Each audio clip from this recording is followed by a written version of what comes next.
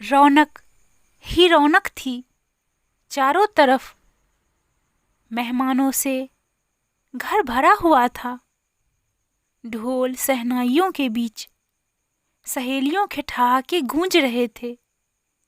आखिर कल तुझे पलकों पर बिठाने वाला मिल ही जाएगा। पर ध्यान रखना, ये हर ख्वाहिश को अपनी खुशी कहने का सिलसिला कुछ समय ही चलता है। उसे खुलकर जीना, शर्म में मत खो देना। तभी बुआ ने अपनी मजेदार नाटकीय शैली में उपदेश जोड़ा और उसके बाद इसे केमिकल रिएक्शन का अंत मानकर मस्त हो जाना। ये सोचकर टेसुए मत बहाना कि प्यार का अंत हो गया। सब ठहाका लगाकर हंस पड़े। कमरा और सेज बहुत सुंदर सजी थी। निक्की के अरमान भी सांसों की माला की तरह उठान पर थे। धर्मेश कमरे में आए और सधे और कोमल स्वर में बोले, मैं अपने परिवार से बहुत प्यार करता हूँ। 4 बहनों के बीच अकेला भाई हूँ। माँ पिताजी मुझे लेकर बहुत पॉजेसिव हैं।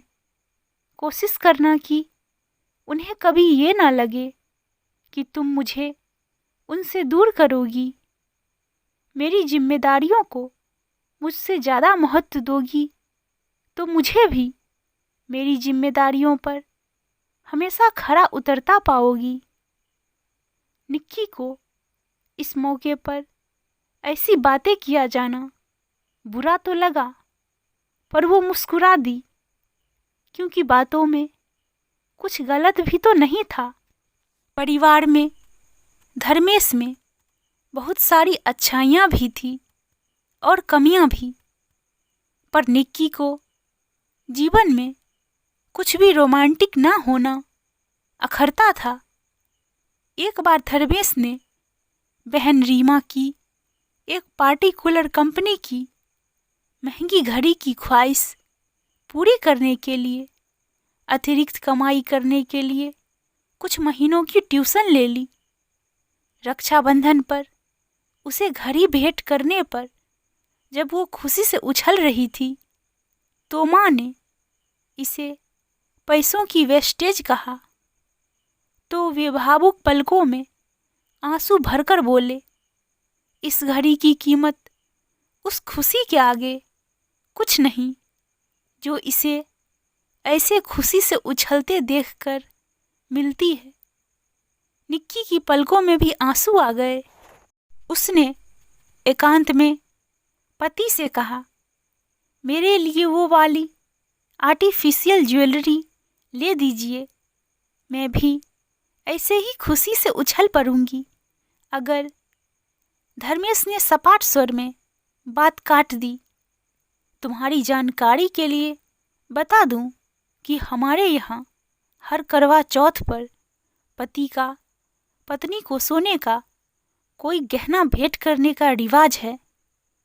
अगले 2 महीने के पैसे उसी में लगाऊंगा, लेकिन उतने में सोने का कोई ढंग का गहना नहीं आएगा। उससे कम पैसे में मेरी पसंद का उस कंपनी का आर्टिफिशियल सेट आ जाएगा जो खरीदने का मेरा बड़ा मन है। मुझे उसे सहेज कर रखना और लाइफ लॉन्ग चलाना आता है, और मैं माँ के पूछने पर कह दूंगा कि 2 टके का सेट लाया हूँ, वरना वो हर्ट हो जाएंगी। तुम जानती हो, उनकी नज़र में हर आर्टिफिशियल 2 टके। धर्मेश की आवाज़ थोड़ी कड़वी हो गई, पर निक्की ने बड़े प्यार से उनके गले में बाहें डालते हुए बात काटी। मेरी तमन्ना है कि कभी तो आप रिवाज या जिम्मेदारी समझकर नहीं, बस मेरे चेहरे पर खुशी देखने के लिए मुझे कुछ ला कर देंगे, भले ही वो कितनी सस्ती चीज हो। उसे पाकर मैं खुशी से उछल पड़ूंगी और कह दीजिएगा माँ से कि इस अनमोल खुशी के वास्ते। लेकिन उम्मीद के विपरीत धर्मेश का स्वर कटु हो गया। कैसी बिन मतलब की ख्वाहिशें हैं तुम्हारी। औरतों की ये जलने की आदत भी ना शर्म आनी चाहिए तुम्हें कि तुम खुद से इतनी छोटी रीमा से जल रही हो। जिंदगी अपनी गति से चलती रही। इसी तरह कई बार अपनी छोटी छोटी ख्वाहिशों को पागलपन या फालतू की बकवास कहे जाने से निक्की का दिल टूटा। पर उसके बाद उसने कभी अपनी बात समझाने की या जिद करने की कोशिश नहीं की। वो समझ गई थी कि उसकी बात धर्मेश कभी नहीं समझेंगे, क्योंकि उनके मन में औरतों को लेकर जो धारणाएं बना दी गई है उनमें से एक ये भी है कि अगर वे उसके अधिक करीब आए, उसे ये जताया कि उसे बहुत प्यार करते हैं, उसके लिए कुछ करके उसे खुशी मिलती है, तो वो पहला काम उन्हें उनके घर से दूर करने का करेगी और उन्हें ये नहीं होने देना है। उसने खुद को समझा लिया कि धर्मेश के व्यवहार में और कोई खराबी नहीं है, जीवन में कोई कमी नहीं है। तो एक तमन्ना को लेकर दुखी रहना ठीक नहीं है। ज़्यादा उदास होती तो अपनी उदासी डायरी को सौंप देती। कल मुझे मेरी फर्स्ट सैलरी मिलेगी माँ। मैं सोच रही थी कि तुम और पापा शॉपिंग मॉल में पहुंच जाओ, मैं भी सीधे वहीं आ जाऊंगी। तुम्हारे लिए सूट और पापा के लिए पैंट शर्ट खरीदनी है। राखी के उत्साह से निक्की में भी उत्साह भर दिया। नहीं, कोई सूट वूट नहीं चाहिए मुझे। सुन, बिजली के मार्केट चलते हैं। तू मेरे कमरे के लिए वो वाला झूमर ले देना, वो वाला जो। ओफो माँ, ये रहा मोबाइल। ढेर सारे शॉपिंग ऐप हैं इसमें, जो चाहे ढूंढ लो। पेमेंट के प्रोसेस तक पहुंचकर मुझे बता देना। राखी का उत्साह गायब हो गया। बुझे हुए स्वर में वो देर तक बरबराती रही। उतनी दूर सारी गर्मी में बिजली की मार्केट कौन जाएगा। पता नहीं कैसे कैसे फालतू के शौक पाल रखे हैं माँ ने। निक्की की आंखें डबडबा आई। बहुत देर वो पलकों की कोर से आंसू पोंछते हुए कुछ काम करती रही। फिर अपने कमरे में जाकर बेतरह रो पड़ी। रात में सोने के लिए लेटी तो भी जाने क्यों आंसू फिर से पलकों का बांध तोड़कर बह चले। कुछ देर बाद वो उठकर स्टडी रूम में चली गई। उसे डर था कि धर्मेश की नींद खुल गई तो बिन मतलब टेसुए बहाने पर लेक्चर पिलाने लगेंगे। आज क्यों उसकी रुलाई थम नहीं रही। उसने डायरी को अपना दर्द सौंपना शुरू किया। ये पहली बार तो नहीं था जब उसके शौक, उसकी तहे दिल की किसी छोटी सी इच्छा को यूं बेरुखी से टाला गया। लेकिन शायद ये अंतिम बार था जब उसने किसी से ये उम्मीद की थी कि वो उसकी ख्वाहिश पूरी करके खुश होगा। धर्मेश के बाद बेटे और फिर बेटी से उम्मीद बंधी थी कि शायद कोई तो उसे समझकर उसकी खुशी को खुशी से पूरा करके कोशिश करे और वो खुद को खुशकिस्मत समझ पाए कि कोई तो उसकी खुशी पूरी करने का हौसला रखता है। तभी बाहर खिड़की पर आहट हुई। उसने बाहर झांका तो उसे पहचानने में कुछ समय लगा। आकाश! आश्चर्य और खुशी से वो चीख सी पड़ी। उसके कॉलेज का दोस्त आकाश। उसे पता था कि वो उसे कितना चाहता है, पर वो ये भी जानती थी कि वो एक विजातीय है और बेरोजगार है, और उसके पिता के सख्ती के बारे में तो कोई उसे गलतफहमी नहीं थी।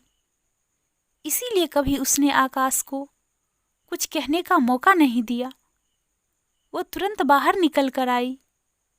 तुम इस समय अचानक इतने सालों बाद अंदर आओ। घर में तो सब सो गए होंगे, उन्हें डिस्टर्ब करना क्या करना। चलो तुम्हारा मनपसंद काम करते हैं। कितनी सुंदर ग्रीन बेल्ट है तुम्हारे घर के बाहर, उसमें टहला जाए। निक्की के मन ने एक बागी किशोर की तरह जमाने की सतर्कता की सारी बंदिशें तोड़ दी। और उस दिन कितना मजा आया था जब रवीना मैम दोनों हंसते हंसते लोटपोट हो गए। उस सुबह सिर्फ 3 घंटे सोकर उठने पर भी निक्की को लग रहा था कि बरसों की नींद पूरी हो गई है। फिर तो ये रोज का क्रम बन गया। निक्की आजकल इतनी खुश रहती है कि जितनी वो पहले कभी नहीं रही। एक दिन वो आकाश के साथ बाहर जाने के लिए ड्राइंग रूम का दरवाजा खोल रही थी कि उसी समय धर्मेश वॉशरूम जाने के लिए उठे। इतनी रात को निक्की कहाँ जा रही है सोचकर उन्होंने निक्की को आवाज दी, पर उसने सुना नहीं। धर्मेश उसके पीछे बाहर निकले। कॉलेज लाइफ में बस एक मस्ती नहीं की मैंने। उस दिन जब तुम लोगों ने सड़क पर डांस करके ट्रैफिक रोक दिया था, मैं अब्सेंट थी। निक्की ने मुंह बनाया। तो अब पूरी कर लो, मैं हूं ना तुम्हारा साथ देने के लिए। धर्मेश निक्की से दूर था, लेकिन उसकी आवाज उसके कानों में नहीं पड़ रही थी। एक ट्रक उधर से आ रही थी और निक्की नाचते हुए। इससे पहले कि धर्मेश कुछ समझ पाते, सब कुछ खत्म हो चुका था। आत्महत्या पर क्यों पड़ताल शुरू हुई और पुलिस को निक्की की डायरी मिली। आप आकाश को जानते हैं, जिनके साथ आपकी पत्नी टहला करती थी? कौन आकाश? मेरी पत्नी अकेली थी उस दिन। घर के दरवाजे और गेट पर लगे सीसीटीवी फुटेज खंगाले गए। सामने आया वो सच जिसने धर्मेश को झिझोड़ दिया।